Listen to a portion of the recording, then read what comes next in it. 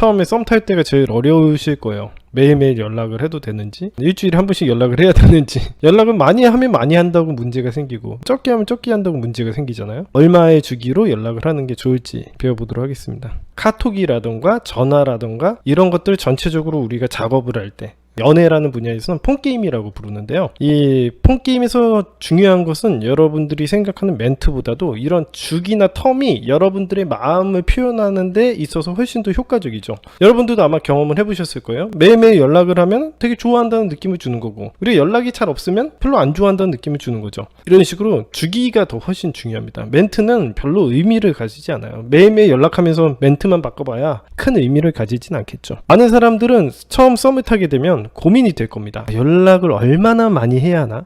혹은 연락을 마냥 기다리기만 해도 되나? 처음 시작하는 관계에서 어떤 연락 주기로 연락하는 것이 현명한지 잘 모르셔서 굉장히 혼란스러워 하실 겁니다. 기본은 2-3일 간격으로 진행한다. 이게 우리의 방식입니다. 연락의 텀은 내가 상대방 이성에 대해서 얼마나 큰 감정을 가지고 있는지를 알려주는 행동이 됩니다. 다만 여러분들이 너무 상대방 이성을 좋아해서 매일 연락을 하거나 하루 종일 연락을 하게 되면 몇 가지 문제점이 생겨서 헤어지게 될 수 있다는 거죠. 매일 연락을 하거나 하루 종일 연락을 하면 굉장히 상대방에 대한 배려가 없는 행동이 될 수 있습니다. 왜냐하면 상대방은 이런 마음을 받아줄 준비나 상태가 안 된다면 말이죠. 여러분들은 마음이 이만큼 큰데 상대방은 이런 마음을 받아줄 준비나 상태가 안 된다면 굉장히 큰 피해를 주게 돼요. 상대방 입장에서는 여러분들에 대한 마음이 완전 없는 건 아니지만 천천히 알아가 보고 싶은 사람도 있을 수 있잖아요. 이렇게 하면 상대방 내면 세계에서는 자신의 영역을 심각하게 침범받는다고 생각하고 매너가 없다고 생각을 할 거예요. 그래서 여러분들의 연락을 피하거나 연락 텀이 점점 느려지고 반응이 점점 안 좋아지다가 차이게 되는 경우도 발생을 할 거예요. 나만 바라보는 사람이 믿음직하다고 생각할 수는 없다고 생각해요. 순수하게 보면 나를 그만큼 좋아하나 보다라고 생각하시는 분들도 있겠지만은, 반면에 이 사람은 자기를 다 내팽개치고 나만 바라보나? 이 사람을 믿고 내가 평생을 사귈 수가 있을까? 이런 식으로 냉정하게 바라보시는 분들도 있어요. 상대방 이성이 너무 적극적으로만 나오게 되면 긴장감이 떨어지고 혹은 다 넘어왔다고 생각이 돼서 관계에 노력을 안 하게 만들 수도 있거든요. 나만 맨날 연락하고 상대방 연락이 안 오는 경우가 발생을 할 수 있다는 겁니다. 그래서 내 앞가림도 못하고 너라는 사람에게만 목맨다라는 그런 이미지가 연애를 하는 데 있어서 성공적인 방법은 아니라는 거예요. 그런 모자란 사람인 것처럼 인식되지 않게 하기 위해서는 2-3일 간격으로 연락하는 게 기본입니다. 다만 딱 한 가지 꼭 하셔야 할 필수 조항이 있습니다. 2-3일 간격으로 연락을 하되 만남 약속을 꼭 반드시 잡아놔야 됩니다. 이게 만남 약속을 잡아놓지 않은 상태에서 연락만 주구장창 이어나가게 되는 것이 굉장히 큰 문제가 돼요. 상대방은 그러면 이렇게 생각할 수 있습니다. 좀 이상한 사람이네. 만남 약속은 안 잡으면서 왜 맨날 연락만 저한테 하는 거죠? 연락을 맨날 하는 거 봐서는 호감이 있는 것 같긴 한데 제가 먼저 만나자고 해야 되는 건가요? 이게 힘드네요. 이렇게 얘기하다가 지쳐서 떨어져 나가는 사람들 태반입니다. 이건 내가 연락을 잡아봐야 되는 건지 기다려야 되는 건지 되게 헷갈려 하고요. 만나자고 하면 시간이 안 맞아서 못 만난다고 하고, 그렇게 되면은 두 번째 또 만나자고 하기도 또 자존심 상하고 아직 친하지도 않은 상태에서 감정 실랑이에 지쳐서 떨어져 나가는 경우가 굉장히 많이 있습니다. 따라서 여러분들이 연락을 하는 것보다도 더 중요한 것은 만남이에요. 우리가 결과적으로 만나려고 하는 거지 사이버 연애를 하려고 하는 건 아니잖아요. 그죠? 그러니까 무조건 만나기 위한 약속을 잡으셔야 된다. 그리고 우리가 2-3일 간격으로 연락을 하게 되면 상대방 이성은 이렇게 생각을 하겠죠. 2-3일 간격으로 연락을 하는 거 보니 나를 좋아하는 건지 아닌 건지 헷갈리네요. 하지만 연락이 완전 안 오는 것도 아니고, 그리고 만남 약속은 또 확실히 잡아놨으니까 만나고 싶은 생각은 확실히 있나 본데요. 그러면 이 사람은 그냥 바쁜 사람인가 봐요? 이렇게 생각을 합니다. 아마 여러분들이 이런 행동을 딱 하고서는 가만히 놔두잖아요. 그러면은 상대방 이성이 막 친구들하고 얘기를 해요. 근데 친구들하고 얘기를 나눠봐도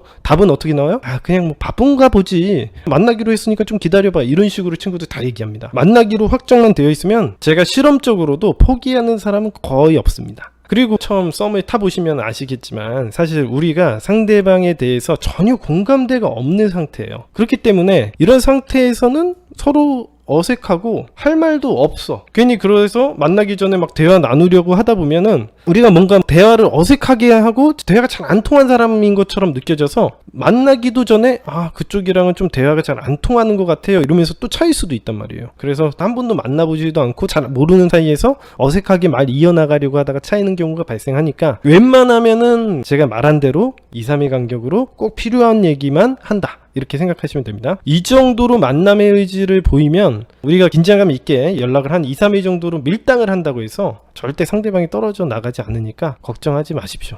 자, 그리고 만났을 때 중요한 게 있습니다. 만났을 때 다음 데이트 약속을 꼭 잡아 놓으시기 바랍니다. 꼭 러프하게라도 잡아 놓으시는 게 좋아요. 여러분들이 이제 대화의 테크트리에 맞게 데이트를 쭉 진행하고 나서 마지막 거의 끝 무렵에 오늘 데이트 정말 즐거웠어요. 대화 되게 잘 통했어요. 그러면서 하이파이브도 하고 아쉽네요. 그러면서 혹시 다음 주 토요일 날 또 시간 되세요? 이렇게 얘기를 해야지 다음번 약속을 잡는데 좋습니다. 여러분들도 실제로 뭐 썸을 타보거나 소개팅을 경험해 보셔서 아시겠지만은 만남 이후에 약속을 잡으려고 하잖아요. 헤어지고 나중에 약속을 잡으려고 하면 또 언제 연락을 해야 되고 다음날 바로 약속을 잡아야 되는지 뭐 어떻게 해야 되는지 그런 것들도 딱 헷갈리고 또 시간 좀 지나서 연락을 하면 또 실망하는 사람들도 있고 차단하는 사람도 있어요. 실제로도 어떤 경우가 있냐면 첫 번째 데이트를 하고 나서 내가 2-3일 뒤에 연락을 하면 차단하는 경우도 실제로 많았어요. 마음에 안 들어하는 줄 알고. 만남을 가지고 나서 끝날 때 칭찬하면서 약속을 잡아놓던가 아니면 그 바로 다음날 약속을 잡으셔야 됩니다. 만약에 밀당한다고 뭐 일주일 동안 연락 안 하다가 연락해봐. 바로 차단당해 있고 반응이 안 좋아 있어요. 왜 이 사람은 지금 연락하지? 약간 이런 식으로 반응이 안 좋아져 있기 때문에 타이밍이 맞지 않으면 또 한참 기다려서 다음번에 또 만날 수도 있고 만남이 점점 딜레이 되다 보면 여러분들이 좋아하는 이성의 작업을 못할 수 있습니다. 만남 자체가 다음번으로 이어지지 않게 될 수도 있죠. 이번 데이트를 하게 되면 다음 약속을 받은 듯이 잡아놓으세요. 자, 그러면 또 여러분들이 궁금해하실 것들을 이야기해드리도록 하겠습니다. 나는 2-3일 간격으로 연락을 하려고 하는데 상대방에게 연락이 매일 오면 어떻게 하냐? 이런 것들 궁금해하실 수 있습니다. 당연히 연락이 오면은 무조건 받아줍니다. 다만 우리가 좀 장기적으로 생각을 해봐야겠죠. 연락이 초반에 어떻게 형성을 하느냐에 따라서 나중에도 이어지게 되거든요. 우리가 연락을 5분 대기조처럼 받아주면은 나중에 만약에 5분 대기조처럼 받아주지 않으면 뭐라고 해요? 상대방 야 너 변했어 라고 얘기를 하면서 또 헤어질 수 있거든요. 야 너 처음에는 내가 연락하면은 맨날 받아주고 뭐 밤새 통화를 하고 싶다 이러더니 요즘에 마음 식었나봐? 그러면 여러분들 어떻게 대처할 겁니까? 그래서 처음부터 페이스 조절을 어떻게 해야 될지를 정해야 됩니다. 그래서 보통은 관계를 장기적으로 보면은 처음에는 되게 좋을 수 있는데 어느 정도 일하는 시간에는 연락을 거의 안 받다가 이제 일 끝나면 연락을 잘해준다던가 이런 식으로 좀 호흡을 조절해야 됩니다. 여러분들 또한 마냥 처음에는 잘해줄 수도 있고 맨날 연락하는 게 좋을 수 있겠지만은 나중에는 어느 한쪽이 지치게 돼요. 그래서 연락이 초반에 맨날 오더라도 연락이 오면은 업무 시간 할 때는 이제 연락을 안 받으면 됩니다. 안 받다가 나중에 끝나고 나서 제가 회사에서 있을 때는 업무하느라고 핸드폰을 잘 못 보거든요. 그러면은 다 이해합니다. 여러분들이 연락 못 받을 때는 못 받죠. 중간에 한 3-4시 한 번 정도 연락을 한다던가 안내만 해주면 상대방이 생각하겠죠. 이 사람이 회사에 있을 때는 일을 하느라고 연락을 잘 못하는구나 이렇게 생각한다고 해서 헤어질까?